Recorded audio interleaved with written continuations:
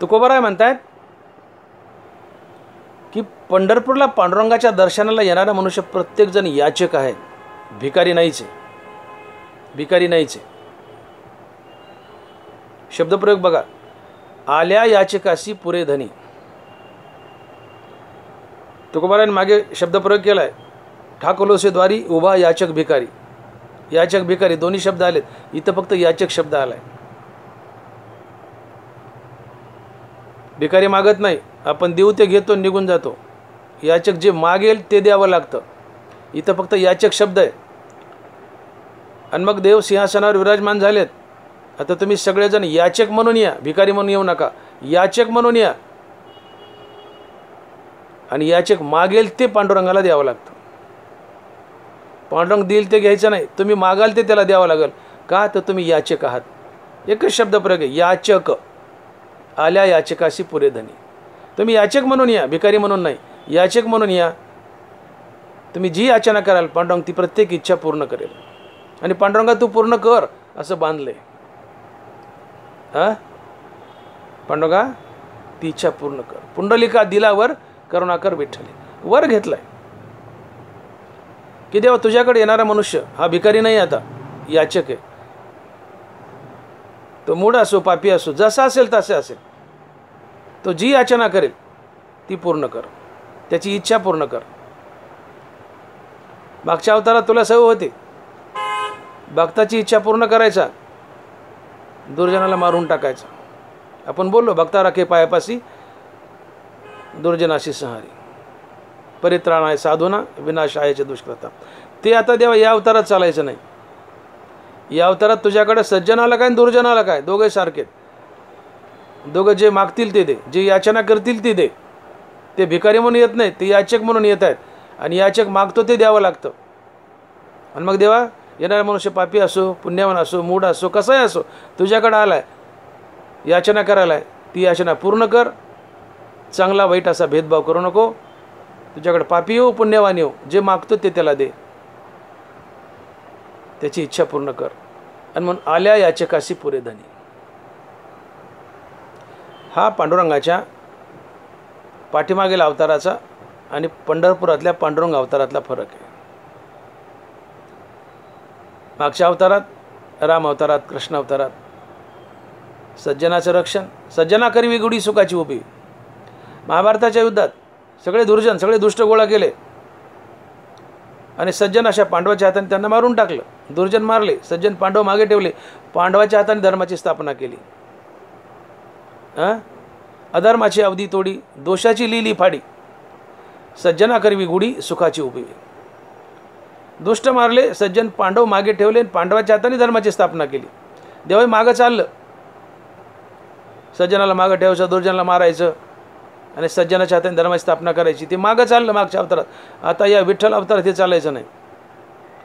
तुझ्याकडे दुर्जन येऊ, सज्जन येऊ, कोणी येऊ, येणारा भिकारी नाही, येणारा याचकच आहे. आणि तो जी याचना करेल ती त्याची इच्छा पूर्ण कर, ती त्याची इच्छा पूर्ण कर असं बांधून घेतलंय पुंडलिकाने पांडुरंगाला. आणि मग तुकोबा राहिली त्या की मूढ पापी जैसे तैसे उतरी काशी लावणी. पुंडलिका दिलावर करुणाकर विठ्ठले. आणि म्हणून तुकोबा हात वर करतायत की बाबानो उभारिला हात, उभारिला हात जगी जाणविली मात. देव बैसले सिंहासनी आल्या याचकाशी पुरे धनी. बाबानो मी अतिशय आनंदित झालोय. का तर देव सिंहासनावर बसलेत आणि आनंदाच्या भरात मी हात वर करतोय आणि तुम्हाला आवाज देतोय की आता देव सिंहासनावर बसलेत, विटेवर उभे राहिलेत. या या, याचक म्हणून या, भिकारी म्हणून नाही, याचक म्हणून या. तुम्ही जसे असेल तसे या, चांगले असा, वाईट असा, पापी असा, पुण्यवान असा, या. आणि या सिंहासनावर आरूढ झालेल्या पांडुरंगाचं दर्शन घ्या, याचना करा, काय मागायचं मागा, तो तुमची इच्छा पूर्ण करेल. या पांडुरंग अवतारात देवाला तुकोबारायांनी बांधले. आणि मग देव बैसले सिंहासनी आल्या याचकाशी पुरे धनी.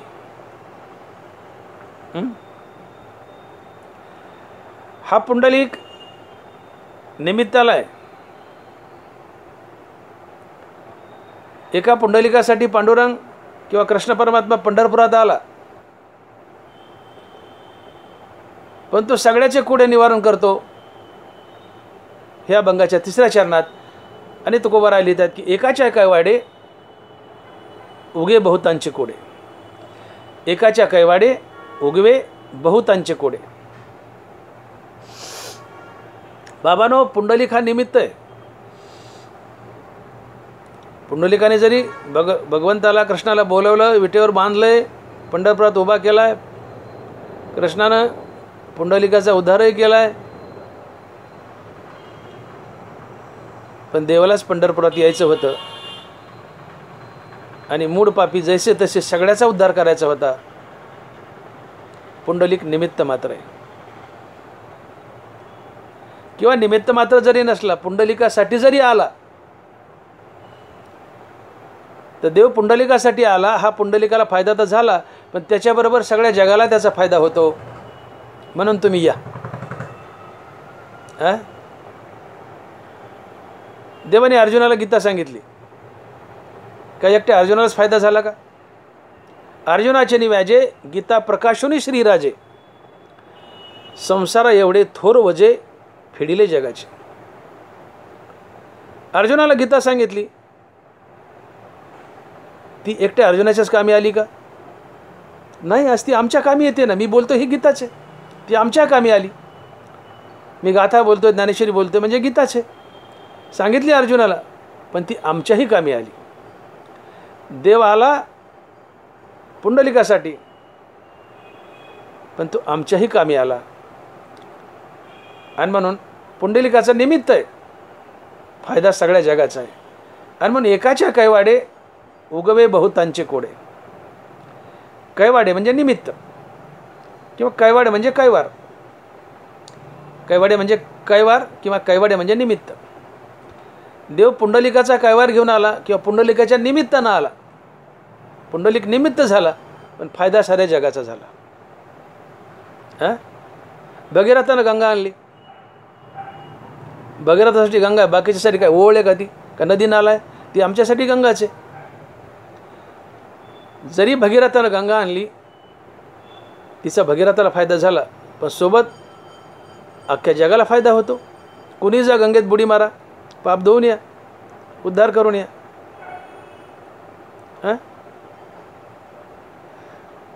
दरबारा लिहितात की पाणी मुद्दल झाडा जाय, ते तर तृण प्रसंगेची जिये, तसे एका बोलिले होय सर्वाही हित.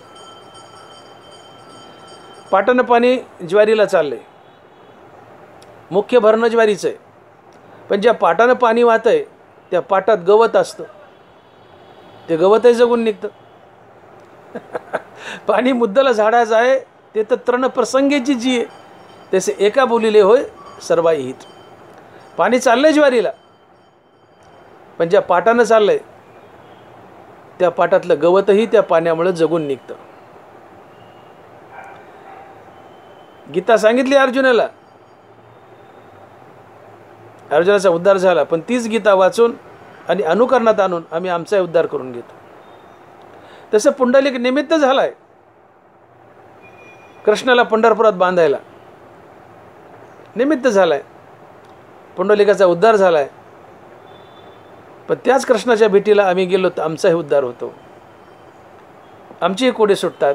म्हणून एकाच्या कैवाडे उगवे बहुतांचे कोडे, एकाच्या कैवाडे उगवे बहुतांचे कोडे. गाय असते,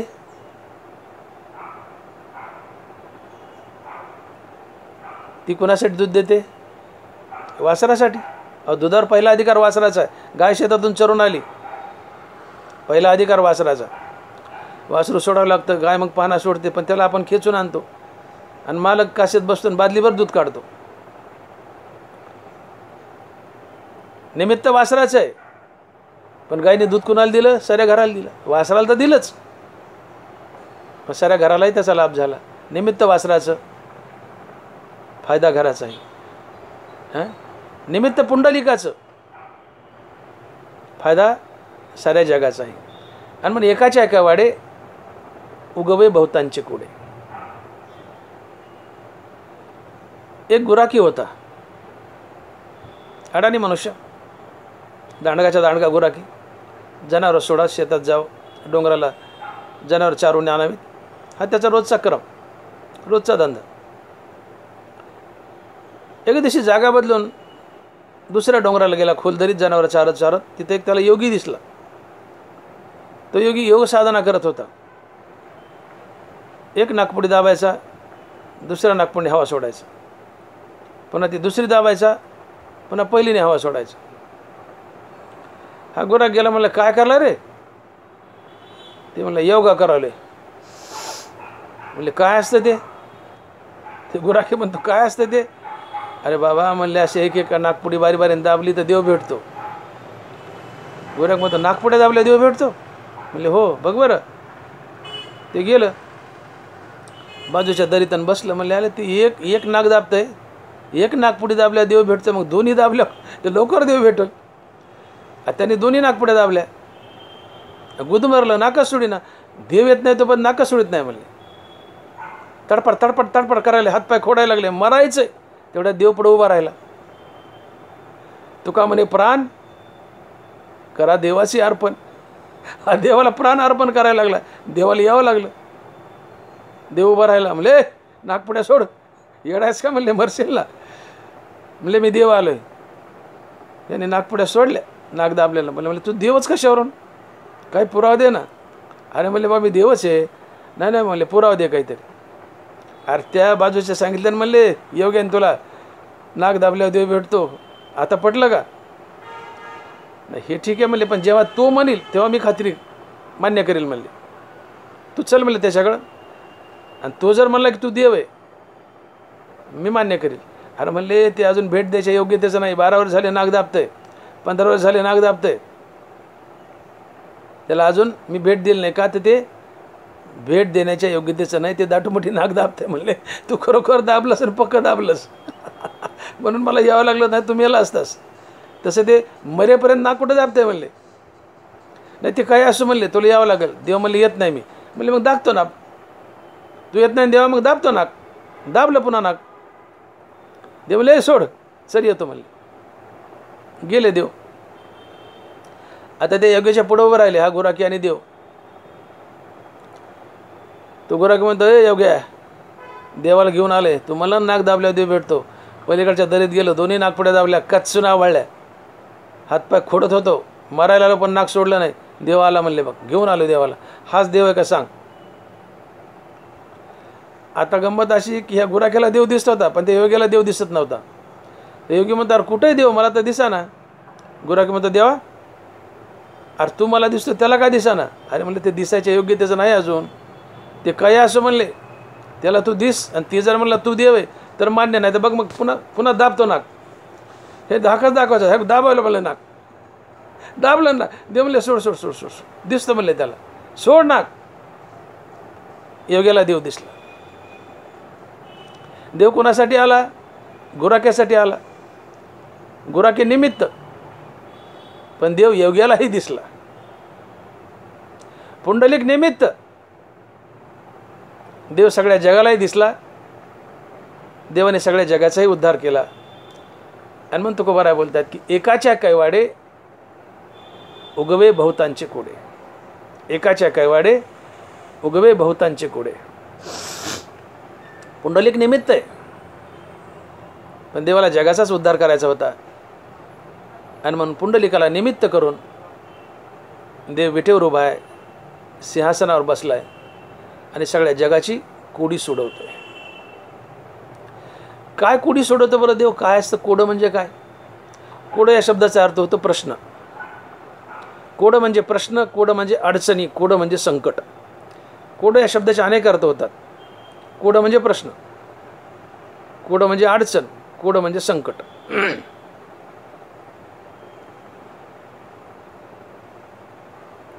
मामाची पोरगी, बहिणीचं पोरगण भावाची पोरगी आहे. मामा बाच्याला म्हणतो माझी पोरगी कर ना.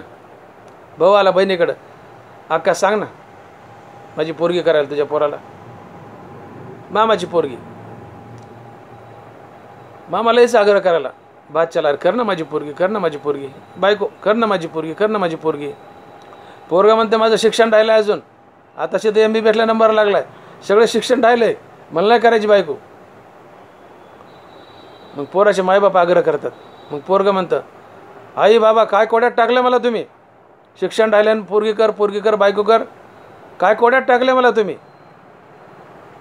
इथं पोराला कोड्यात टाकले म्हणजे अडचणीत टाकले, संकटात टाकले. हे एक प्रकारचं कोड आहे.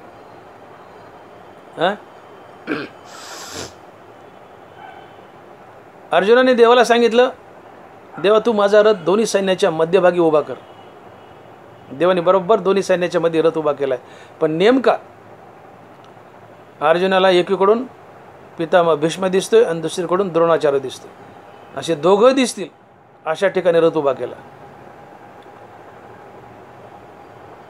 आता पार्थ द्रोणाचा केला, त्याने धनुर्वेद मजदी दिला. ज्या द्रोणाचार्याने धनुर्विद्या दिली अर्जुनाला, अर्जुन म्हणतो मी याला कसा मारू, काय मी भस्मासुरू. अर्जुन म्हणे जयाचे कृपेला हे जे वरू तिथीचे म्हणे व्यभिचारू, काय मी भस्मासुरू. अर्जुन म्हणे भस्मासुराने महादेवाकडून वर घेतला आणि महादेवाला जाळायला निघाला. तसं मी धनुर्विद्या द्रोणाचार्याकडून घेतली आणि त्याच विद्येने मी कसा मारू त्यांना. त्याला कोडं पड. हे पितामह भीष्म, त्यांच्या कडेवर खांद्यावर मी खेळलो, मी कसं मारू देवा त्यांना. अर्जुनाला प्रश्न पडला, कोडं पडलं. देव म्हणाले बाळा हे दोघं तुझे गुरु आहेत, पण तू पाटी पेन्सिल घेऊन आला नाही आता त्यांच्याकडून धडा शिकायला, वही पेन घेऊन आला नाही, तुला द्रोणाचार्याचा क्लास करायचा नाही आहे. द्रोणाचार्य प्रतिस्पर्धी आहे, दुश्मनाचा मित्र आहे, तुझ्या विरोधात उभा राहायला लढायला, त्याला तू मार, हे तुझं कर्तव्य आहे, हा क्षत्रिय धर्म आहे. हे अर्जुनाच्या मनातलं कोडं देवाने सोडलं, अर्जुनाचा प्रश्न सोडवला. ही अनेक कोडे आम्हाला जीवनात पडतात, अनेक संकट जीवनात पडतात. तुकोबाराय म्हणतात या देव सिंहासनावर बसलाय, आता पंढरपुरात उभा आहे विटेवर, या मी हात वर करून सांगतो या. तुमचं प्रत्येक कोडं, प्रत्येक अडचण, प्रत्येक प्रश्न, प्रत्येक संकट आता पांडुरंग परमात्मा, विठ्ठल परमात्मा सोडेल. आणि म्हणून पांडुरंगाकडे जा, याचक म्हणून जा, काय अडचणीत देवाला सांगा. तुमची प्रत्येक अडचण, प्रत्येक संकट, प्रत्येक कोडं, प्रत्येक प्रश्न देव निवारण करेल. आणि एवढ्या करताच पुंडलिकाने देवाला विटेवर बांधलंय.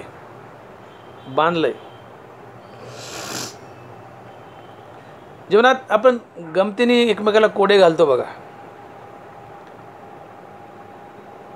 इथं होती कुठे गेली, तिचं नाव झेंडू फुली.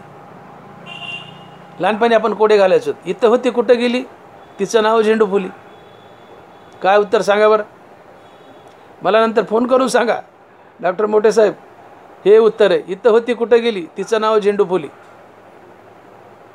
बस ST इथं होती कुठे गेली, तिचं नाव झेंडू फुली. झेंडूसारखी लाल आहे. आता इथं होती, गडीत कुठं गेली, ती बस आहे. इथं होती कुठं गेली, तिचं नाव झेंडू फुली, म्हणजे बस ST. हे कोडं सोडलं. उगवा कोडे, उगवे बहुतांचे कोडे आहे ना, सोडलं कोडं. खात नाही पित नाही बांब्याच्या बांब्या. दुसरं कोड, खात नाही पित नाही बांब्याच्या बांब्या. दगड खातं नाही पितं नाही, हे बदाडाच्या बदाडा असतो गुटीसारखा. आम्ही खाऊन वाळून चाललो. दगड खात नाही पित नाही पण बांब्याच्या बांब्या आहे. खात नाही पित नाही बांब्याच्या बांब्या. काय उत्तर आहे या कोड्याचं, दगड. किंवा केसपूरचा राजा कानपूरवर उतरला, शिक्कलकार्याने धरला आणि नक्कलकार्याने मारला. सांगा बरं, कोड आहे.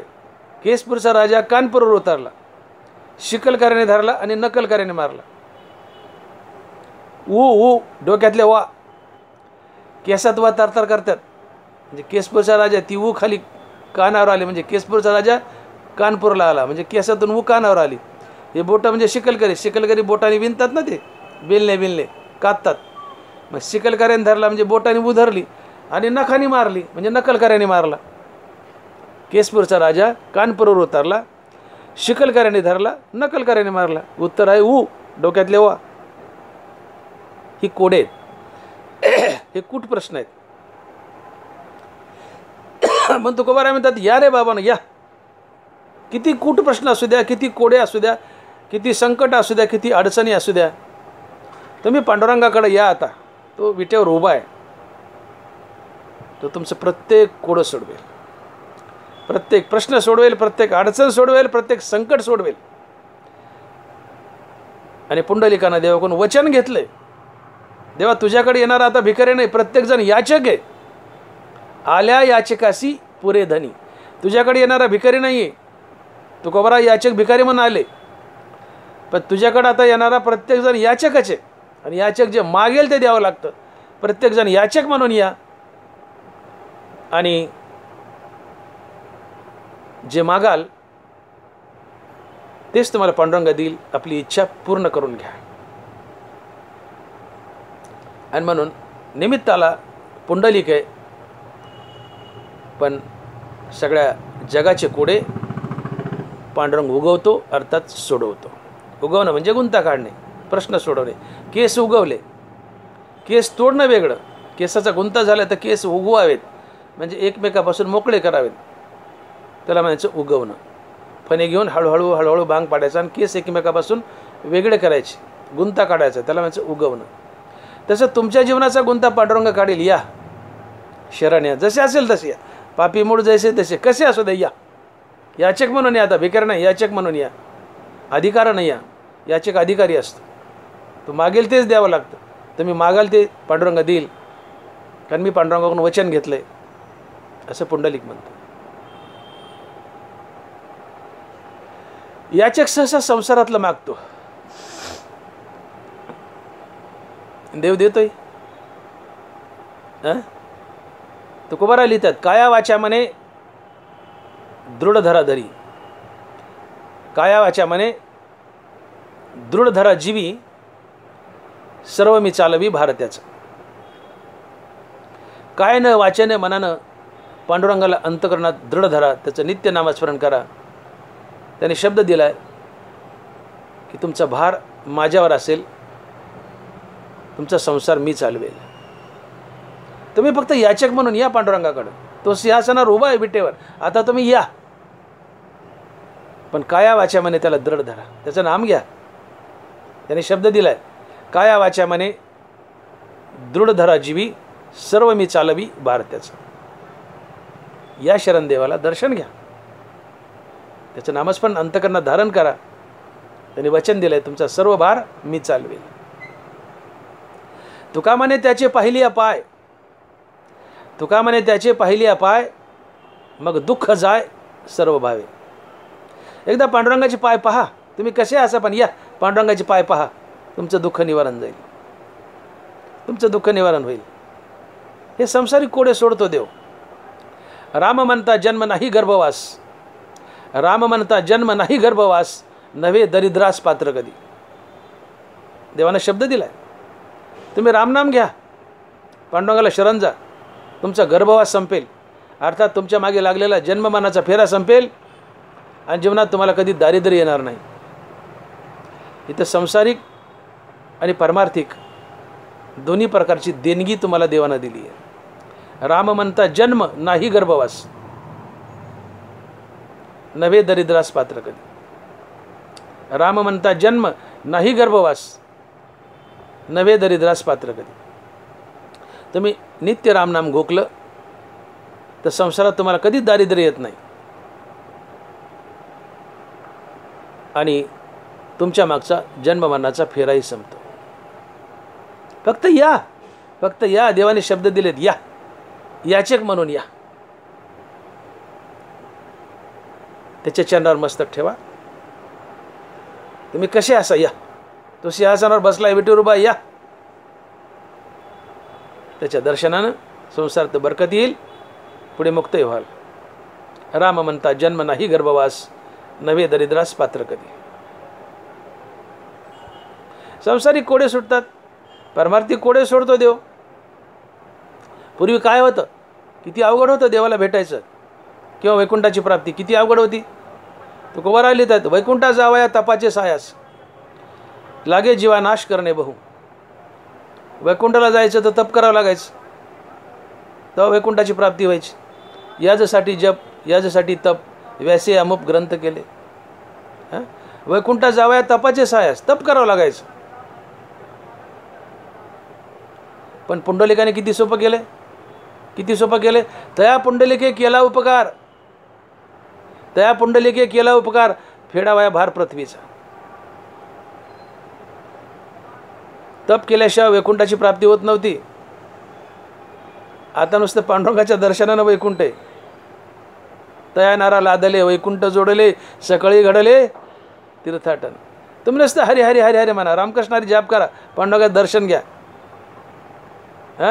नुसत्या रामकृष्ण नामाने, पांडुरंगाच्या दर्शनाने तुम्हाला वैकुंठाची प्राप्ती. सोपं केले, परमार्थिक कोडं सोडवले. तुका म्हणे केली सोपी पायवाट, पंढरी वैकुंठ भूमीवरी. हे सगळे कोणाचे उपकार आहेत, पुंडलिकाचे. तुका म्हणे केली सोपी पायवाट, पंढरी वैकुंठ भूमीवरी. बाप तीर्थ पंढरी, बाप बाप तीर्थ पंढरी, भू वैकुंठ महिवरी. पंढरपुरासारखं तीर्थ जगात नाही, विश्वात नाही. सगळ्या तीर्थाचा बाप आहे कोण, पंढरपूर. कारण पंढरपुरातली मूर्ती ही स्वयंभू मूर्ती आहे. इतर तर मूर्त्या घडवल्यात, पण पंढरपुरातली मूर्ती स्वयंभू आहे. साक्षात कृष्ण त्या मूर्तीत रूपांतरित झालेत, तो घडवलेला नाही आहे. आणि नाही घडविला, नाही बसविला. तुका म्हणे मूर्ती जे घडविली म्हणती, तुका म्हणे मूर्ती जे घडविली म्हणती, तयामुखी प्रति किडे पडो. तुकोबाराय म्हणतात, कुणी जर म्हणलं की पंढरपुरातली मूर्ती घडवलेली आहे पाषाणाची किंवा दगडाची, तर त्याच्या तोंडात किडे पडो म्हणले. तो घडविलेला नाही, तो स्वयंभू आहे. नाही घडविला, नाही बैसविला. पुंडलिका आला बेटावया, स्वयंभू आहे. इतरत्र जगातल्या मूर्ती घडवलेल्या आहेत पाषाणाच्या, पण पंढरपूरची मूर्ती ही स्वयंभू आहे. साक्षात कृष्ण मूर्तीत रूपांतरित झालेत. आणि म्हणून पंढरपूर हे आगळं वेगळं तीर्थक्षेत्र आहे. पंढरपूरसारखं तीर्थक्षेत्र नाही. पंढरपूर हे साक्षात पृथ्वीवरचं वैकुंठ आहे. आणि म्हणून तुम्ही कसे असा या वैकुंठाला या, पंढरपूर रूपी या. पंढरीचे वारकरी ते अधिकारी मोक्षाचे. काय सोपं करायचं अजून. पुंडलिका आदी दिलावर करुणा करे विठ्ठले, मूड पापी जैसे तैसे उतरी कासे लावणी. पापी असा, मूड असा, चांगले असा, वाईट असा, कसे असा, फक्त या पांडुरंगाच्या चरणावर मस्तक ठेवा, त्याचं नाम मुखात आणि अंतकरणात धारण करा. तो तुमचा उद्धार करेल, तुमचं परमार्थिक कोडं सोडेल. संसारिक तर सोडेल, पण परमार्थिक कोडं सोडेल. कारण पुंडलिकाने पांडुरंगाकडून वचन घेतले, पुंडलिका दिलावर करुणा करे विठ्ठली. आणि मग तुकोबाराय म्हणतात की तुका म्हणे जाय एक वेळा पंढरी, तुका म्हणे जाय एक वेळा पंढरी, तयाचे घरी यम नये. तयाचे घरी यम नये. एकदा पंढरीला जाऊन पांडुरंगाचं दर्शन घ्या, तुमच्या घरी यमी येत नाही, तुम्हाला न्यायला पांडुरंग येतो आणि वैकुंठाची प्राप्ती होते. वैकुंठा जावया तपाचे सायस, ते किती अवघड आहे. वैकुंठा जावया तपाचे सायस, तप केल्याशिवाय वैकुंठ मिळत नव्हतं. आता ते वैकुंठ असतं पांडुरंगाच्या दर्शनाने मिळते. तुका म्हणे जा एक वेळा पंढरी, तयाचे घरी यम नाही. मरावं तर लागतंय, मग मेल्यावर न्यायला यम येत नाही, मग येतो कोण, पांडुरंगाच येतो. मग वैकुंठाला नेतो कशाच्या बळावर. एकदा पंढरपूर पाहिल्यानं, एकदा पांडुरंगाचं दर्शन घेतल्यानं वैकुंठाची प्राप्ती, की जी पूर्वी तपाशिवाय मिळत नव्हती. यापेक्षा सोपं काय करायचं. आणि म्हणून तो मायबाप पांडुरंग अनाथाचा नाथ आहे. आणि म्हणून पंढरीशी जारे आल्यानं संसारा, दिनाचा सोयरा पांडुरंग. तुका म्हणे आम्हा अनाथा कारणे, पंढरी निर्माण केली देवे. जे तप करतायत, ज्ञानेश्वरी गीता गाथा वाचतायत, त्यांना मोक्ष मिळेल. पण माझे भोडे बाबडे ज्यांना वाचता येत नाही गीता ज्ञानेश्वरी, त्यांचं काय. तर तुम्ही नुसती ज्ञानेश्वरी ऐका किंवा पंढरपूरला जाऊन पांडुरंगाचं दर्शन घ्या, तुम्हालाही मोक्ष. श्रवणे पाठे आरते गीता निधी मोक्ष आरोते, त्याचा समर्थ दाता कवनाते नास्ती न म्हणे. जैसा समरदाता कवना ते नास्ती न म्हणे. गीता ज्ञानेश्वरी सांगा ऐका वाचा, फळ एकच, मोक्ष. ज्याला वाचता येत त्याने वाचावी, ज्याला सांगता येत त्याने सांगावी, मोक्ष मिळेल. पण ज्याला वाचता येत नाही, सांगता येत नाही, त्यांनी काय करावं? त्यांनी नुसतं बसून ऐकावी, कथेत बसून नुसतं ज्ञानेश्वरी ऐकावी सप्ताहात, त्यालाही मोक्षच. मग तसं जे ज्ञानी आहेत, पंडित आहेत, ते उद्धार करून घेतील अभ्यासातून. पण जे ज्ञानी नाहीत, पंडित नाहीत, त्यांचं काय? त्यांनी नुसतं पंढरपूरला जाऊन पांडुरंगाच्या चरणावर मस्तक टेकवून माघारी यावं. ज्ञानी पंडिताला जे फळ ते पांडुरंगाच्या पाय पडल्याने फळ. आणि म्हणून पंढरीशी जा रे आल्यानं संसारा, दिनाचा सोयरा पांडुरंग. तो दिनाचा सोयरा आहे, भोळ्या बाबड्याचा, गरीबाचा सोयरा आहे. पापी मूळ जसे असतील त्याचा सोयरा आहे, चांगल्याचा सोयरा, वाईटाचा सोयरा आहे. जा त्याचं दर्शन घ्या, उद्धार करून घ्या. तो प्रत्येकाचं कोडं सोडवतो. तो अनाथाचा नाथ आहे, दिनाचा सोयरा आहे. आणि हे सगळं घडलं कोणामुळं? एका पुंडलिकामुळं. आणि मग पुंडलिकाचा कैवार आहे, पुंडलिक निमित्त आहे, पुंडलिकाच्या कैवाडे. पुंडलिकाच्या कैवाडे आलाय, सगळ्या जगाचा उद्धार करतो. निमित्त पुंडलिक आहे, एकाच्या कैवाडे उगवे बहुतांचे कोडे. पुंडलिक निमित्त आहे, पण जगाचा उद्धार आहे. सगळ्या जगाचं कोडं सोडवतो, संसारातलं आणि परमार्थातलं. म्हणून एकाच्या कैवाडे उगवे बहुतांचे कोडे. आणि ही कोडे सोडवत असताना, अडचणी सोडत असताना, प्रश्न सोडत असताना तुकोबाराय म्हणतात की मी मध्यस्थी बसलोय. मी मध्यस्थी बसलोय आणि समाज आणि देव यांची मध्यस्थी करतोय या अभंगाच्या शेवटच्या चरणात. आणि महाराज लिहितात की दोही ठाई तुका, दोही ठाई तुका नाही पडो देत चुका, दोही ठाई तुका नाही पडो देत चुका. तुकोबाराय म्हणतात की देव सिंहासनावर बसलेत. मी हात वर करून सांगतोय, मला आनंद झाला, देव सिंहासनावर बसलेत. हात वर करून सांगतो या, आणि याचक म्हणून या, भिकारी नाही, याचक म्हणून या. काय मागायचं देवाला मागा, आपली इच्छा पूर्ण करा. तो जरी एकट्या पुंडलिकासाठी आलेला असला तर पुंडलिक निमित्त आहे, तो सगळ्यासाठीच आलाय. फक्त या आता. पुंडलिकाचं कोडं सोडवलं, आपलंही कोडं सोडेल, कारण तो सगळ्यासाठी आलाय. पुंडलिक निमित्त आहे. आणि याची साक्ष मी देतो म्हणले. मी मध्यभागात बसलोय. समाज, ज्या समाजाला मी बोलवतोय, तुकोबरा त्या समाजाला म्हणतात की या, तुमच्या आणि देवाच्या मध्ये मी बसलोय. मी देवाची सेवा करून देवाची भक्ती करतोय आणि समाजालाही भक्तीसाठी प्रवृत्त करतोय. पंढरपूरला बोलवतोय, जे तुकोबाराय समाज आणि देव यांच्या मध्यभागी बसले. तुकोबाराय देवाची सेवा करतायत आणि समाजालाही देवाच्या सेवेसाठी प्रवृत्त करतायत. म्हणजे दोही ठाई तुका नाही पडो देत चुका, हा एक अर्थ आहे. आणि दुसरा अर्थ आहे की समाजाचं गाराणं, तुकोबाराय मध्यभागी बसलेत, तुकोबाराय समाजाचं गाराणं ऐकतायत आणि ते गाराणं देवाला सांगतायत आणि देवाला बजावतात की समाजाने मला गाराणं सांगितलं, हे गाराणं मी तुला सांगितले देवा, त्यांचं कोडं सोडव. मग समाजाचं देवापाशी आणि देवाचं समाजापाशी अशी मध्यस्थी तुकोबाराय करतायत. आणि म्हणून दोही ठाई तुका नाही पडो देत चुका. गावात एक अतिशय श्रीमंत मनुष्य होता आणि त्याच्या एकट्याकडेच लँडलाईन फोन होता. आता जुन्या काळी एखादा जर स्टीलचा ग्लास एखाद्याच्या घरात असेल, स्टीलचा ग्लास, आपल्या लहानपणी एक 50 वर्षापूर्वी कोणाच्या घरात जर स्टीलचा ग्लास दिसला तर आपण त्याला गावातला सगळ्यात श्रीमंत माणूस समजायचो. त्याच्या घरी स्टीलचा ग्लास आहे, स्टील म्हणजे सोनंच वाटायचं. त्याच्या घरी स्टीलचा ग्लास आहे, मी स्टीलच्या ग्लासने पाणी पिलो. आता घरोघरी स्टीलच झाले. पण त्या काळात 50 वर्षापूर्वी आपल्या लहानपणी कुणाच्या घरी जर स्टीलची परात आणि स्टीलचा तांब्या किंवा ग्लास दिसला तर त्याला गावातला सगळ्यात श्रीमंत माणूस समजायचे. तसं एखाद्या माणसाजवळ जर फोन असेल त्या काळात तर त्यालाही गावातला सगळ्या श्रीमंत माणूस समजायचे. गावात कोणापाशीच फोन नाही, मोबाईल तर आता आले, पण कोणापाशीच फोन नाहीत. एक अतिशय श्रीमंत माणूस आणि त्याजवळ लँडलाईन फोन आहे. मग लोकांनी त्या श्रीमंत माणसाचा नंबर घ्यायचा आणि आपल्या पाहुण्या रावळ्याला द्यायचा, किंवा करा वाटला दिया फोनवर फोन करा. तो श्रीमंत मनुष्य मदत करायचा, फोन आले गावातल्या लोकांना बोलून घ्यायचा, तो मध्यस्थी राहायचा. एकदा रामरावनी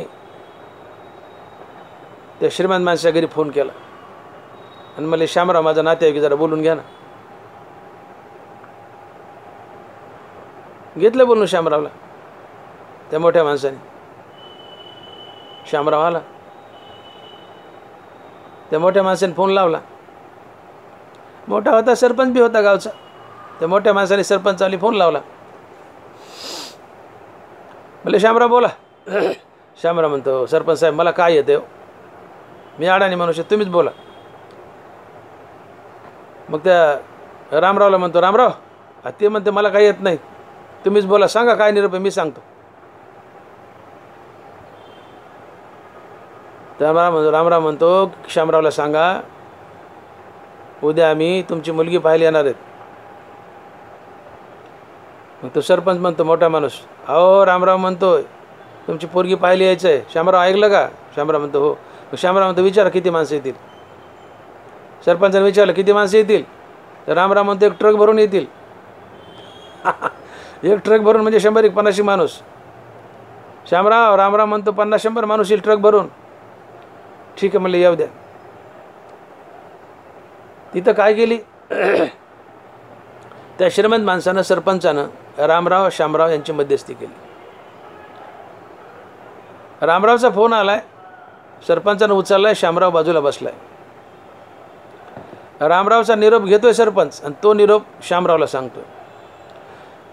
श्यामरावचाही बोलणं सरपंच घेतोय आणि ते रामरावला सांगतोय. तसं समाजाचं गारणं तुकोबरा ऐकतायत आणि तेच गारणं तुकोबरा देवाला सांगतायत. देवाने दिलेला संदेश तुकोबरा ऐकतायत आणि तोच संदेश समाजाला सांगतायत. याला म्हणायचं दोई ठाई तुका नाही पडो देत चुका. दोई ठाई चुका नाही पडो देत चुका. विठोबाय रखुमाई, जय जय विठोबाय रखुमाई, विठोबाय रखुमाई, जय जय विठोबाय रखुमाई, जय जय विठोबाय रखुमाई, विठोबाय रखुमाई. यथामती आपण अभंगाचा भावार्थ पाहिला. 2च मिनिटात धावता अभंगाचं सार, अभंगाचा सारांश.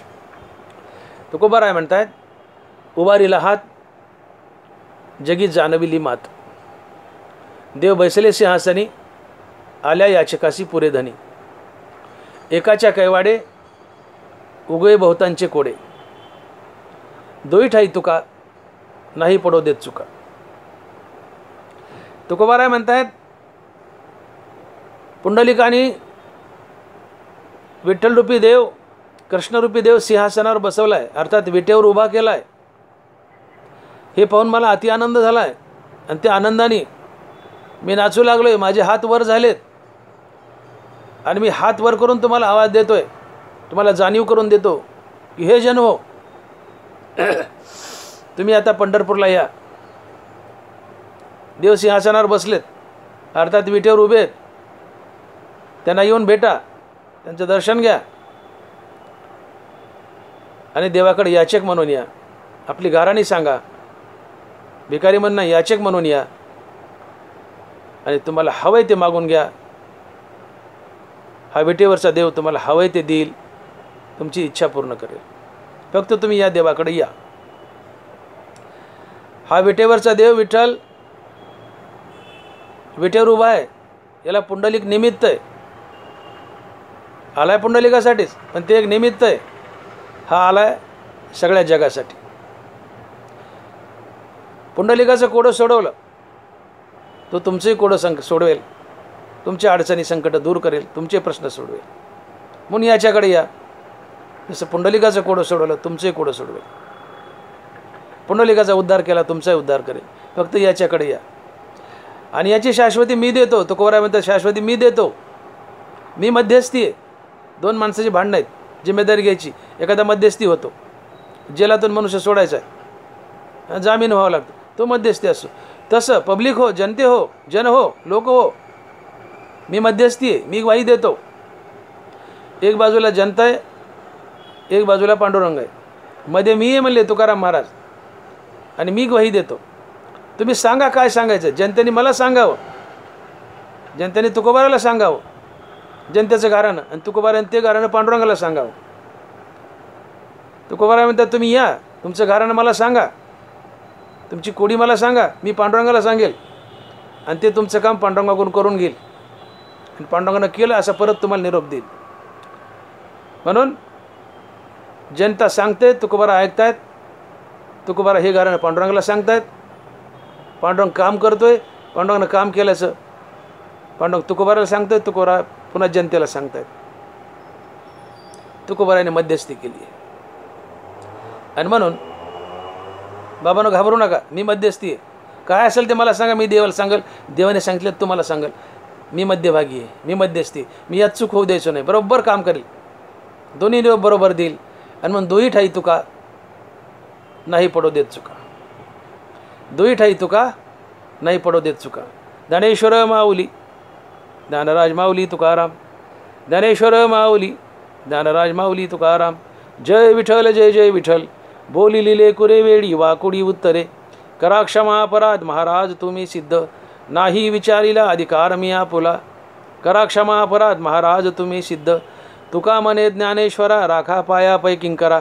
करा क्षमा अपराध महाराज तुम्ही सिद्ध. ज्ञानदेव तुकाराम ज्ञानदेव तुकाराम. तुकाराम तुकाराम तुकाराम तुकाराम तुकाराम तुकाराम तुकाराम तुकाराम. पुंडलिक वरदे हरिविठ्ठल. श्री ज्ञानदेव तुकाराम. गोपाल कृष्ण भगवान की जय. माऊली ज्ञानेश्वर महाराज की जय. जगद्गुरु तुकाराम महाराज की जय. विठ्ठल विठ्ठल विठ्ठल विठ्ठल विठ्ठल विठ्ठल विठ्ठल.